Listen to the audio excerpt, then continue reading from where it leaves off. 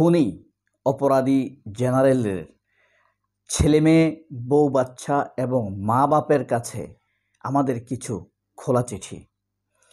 বাংলাদেশই একমাত্র দেশ যেই দেশে সেনাবাহিনীর লোকেরা নিজেদের দেশের লোকদেরকে হত্যা করে।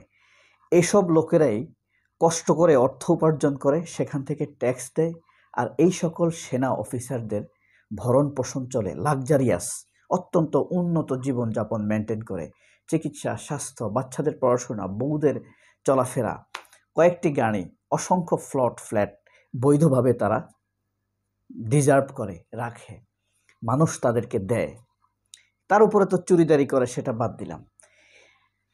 সেই লোকেরা কষ্ট করে অর্থ দেয় যারা, তাদের উপরে গুলি চালিয়ে, গুম করে, হত্যা, ধর্ষণ, এমন কোনো অপরাধ নেই যে করেনি। কেমন নির্মম, কত পিচাস, কত নিচু হতে পারে। এ কারণেই তাদের বাচ্চা কাচ্চাদের কাছে খোলা চিঠি। প্রিয় ছোট ভাই অথবা ভাতিজা অথবা এনি হাউ, তোমরা এই সমাজের সবচাইতে বেশি সুবিধাভোগী, তোমরা এই সমাজের সবচাইতে বেশি মর্যাদা পাও, কারণ তোমাদের বাপেরা সবচাইতে বেশি ক্ষমতাবান, অস্ত্র নিয়ে চলে, ইচ্ছামতো মানুষকে হত্যা করে, তাদের অনেক ক্ষমতা, তাদের সেই উপার্জনে তোমরা চলো। সেই উপার্জনের টাকাটা এই দেশের সাধারণ মানুষের, আর সেই মানুষের উপরে তোমাদের বাপেরা গুলি চালায়। তোমাদের বাপদেরকে প্রশ্ন করবা, সে এই অন্যায়গুলো কেন করেছে? এই প্রশ্নের জবাব আমরা চাই। বলবা, এই প্রশ্নের জবাব এদেশের সাধারণ মানুষ চায়, নয়তো নিস্তার নাই। তাদের স্ত্রীদেরকে বলি, প্রিয় নারীরা, সম্মানিত হয়ে হয়তোবা আপনারা তাদের ঘরে এসেছেন, অথবা আপনাদের পিতামাতা এই জেনারেলদের হাতে আপনাদেরকে তুলে দিয়েছে। তারা হয়তো তখন জেনারেল ছিল না, আজ তারা জেনারেল, ক্ষমতাবান, হত্যা করতে পারে, খুন করতে পারে, অস্ত্র ধারণ করতে পারে, অস্ত্র চালাতে পারে।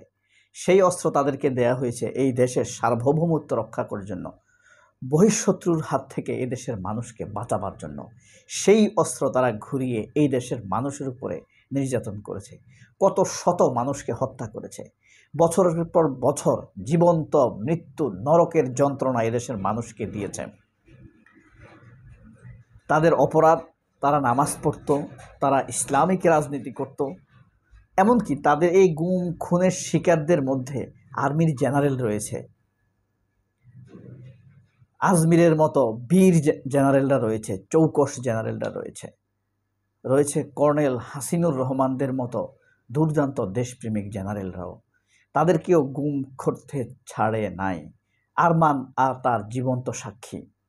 আপনাদের স্বামীরা যে অপরাধগুলো করেছে তা ভয়ঙ্কর রকম নিন্দনীয়। সারা পৃথিবীর এই সব নিন্দা জানানোর ভাষা নেই। তাদেরকে করুণা করে আমরা টাকা দেই, অর্থ দেই, আপনাদের বিলাসী জীবন আমাদের অর্থে, আর তারা আমাদের মানুষদেরকে হত্যা করেছে। আপনাদের কি লজ্জা হয়? আপনারা কি কোনোদিন আপনার স্বামীকে অফিসে যাওয়ার সময় বলেছেন, কোনো অন্যায় করো না, হালাল উপার্জনের পথে থেকেই ফিরে এসো? আপনারা কি আপনাদের স্বামীকে কখনো বলেছেন, দেশের সার্বভৌমত্ব রক্ষা যেমন তোমার দায়িত্ব, তো সেই জন্য আমি গৌরব বোধ করতে পারি এবং তোমাকে উৎসাহ দেওয়াও আমার দায়িত্ব। আমার সন্তানের জন্য হালাল উপার্জনের পথে থেকেই তুমি সন্ধ্যায় বাসায় ফিরে এসো। কখনো বলেছেন? নাকি যা পেয়েছেন আর তা খেয়েছেন, এটা হালাল হারাম কোথায় থেকে আসে এটা ভেবেছেন কখনো? সেই অর্থ আমাদের দেওয়া। আপনাদের স্বামীরা এদেশের মানুষকে হত্যা করেছে।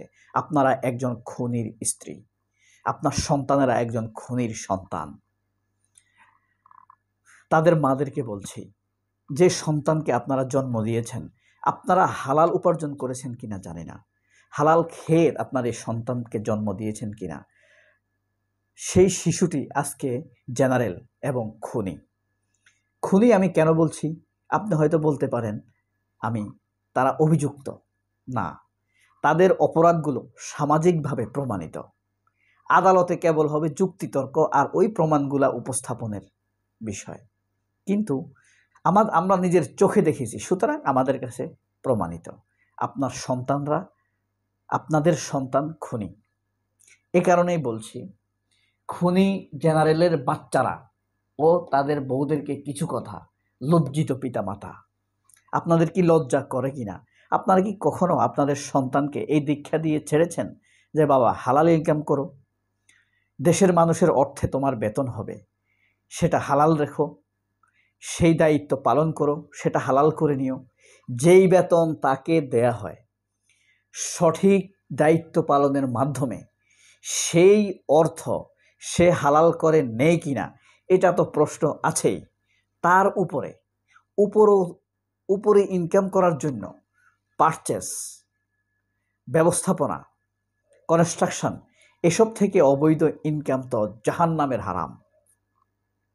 সেই হারাম খেয়ে আপনার সন্তানদের আর দেখতে জেনারেলের মতো মনে হয় না, চেহারা দেখতে মনে হয় এক একটা হলিউডের ভিলেন, শয়তানের মতো, ইবলিশের ৪র্থ নম্বর বাচ্চা। মনেই হয় না আপনারা একদিন নিষ্পাপ নিষ্কণ্টক এইসব শিশুদেরকে জন্ম দিয়েছেন।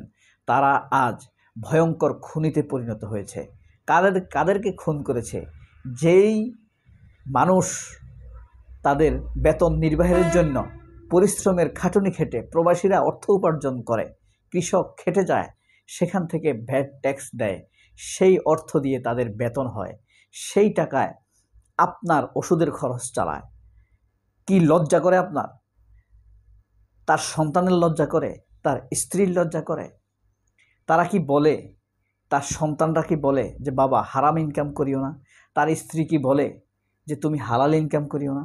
তার মা কি বলে যে বাবা হালাল ইনকাম করিস? বেতন তো হালাল করে নিতেই হবে, তার উপরে মানুষ মেরে আবার টাকা নিচ্ছে। বুঝেন কোন লেভেলের কসাই হতে পারে। আবার এই ওয়াকার, এই কসাইদেরকে এসি বাসের মধ্যে আনা নেওয়া করে, সমগ্র সেনা ক্যান্টনমেন্ট এরিয়াকে সে এখন অপরাধী বানিয়ে ফেলেছে। এই দায় এখন সারা সেনাবাহিনী নিয়ে নিল। সেনাবাহিনীর ভিতরে আর কি কোনো বিবেকবান সৈনিক অফিসার অবশিষ্ট নেই যারা এই নিয়ে প্রশ্ন তুলতে পারে? বিচারের মতো হবে, বিচার সবার মতো হবে, বিচার কেন কারোর জন্য ভিন্ন হবে?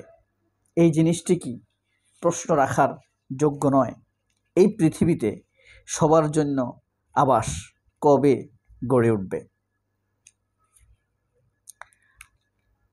আমার এই খোলা চিঠি কেউ যদি এই পর্যন্ত দেখে থাকেন, অর্থাৎ মিনিট 8 মিনিট পর্যন্ত, তাহলে অবশ্যই আপনি আপনার দায়িত্বে এই ভিডিওটি শেয়ার দিবেন, ছড়িয়ে দেবার চেষ্টা করবেন। সবাই অনেক ভালো থাকবেন। আল্লাহ হাফেজ। আসসালামু আলাইকুম।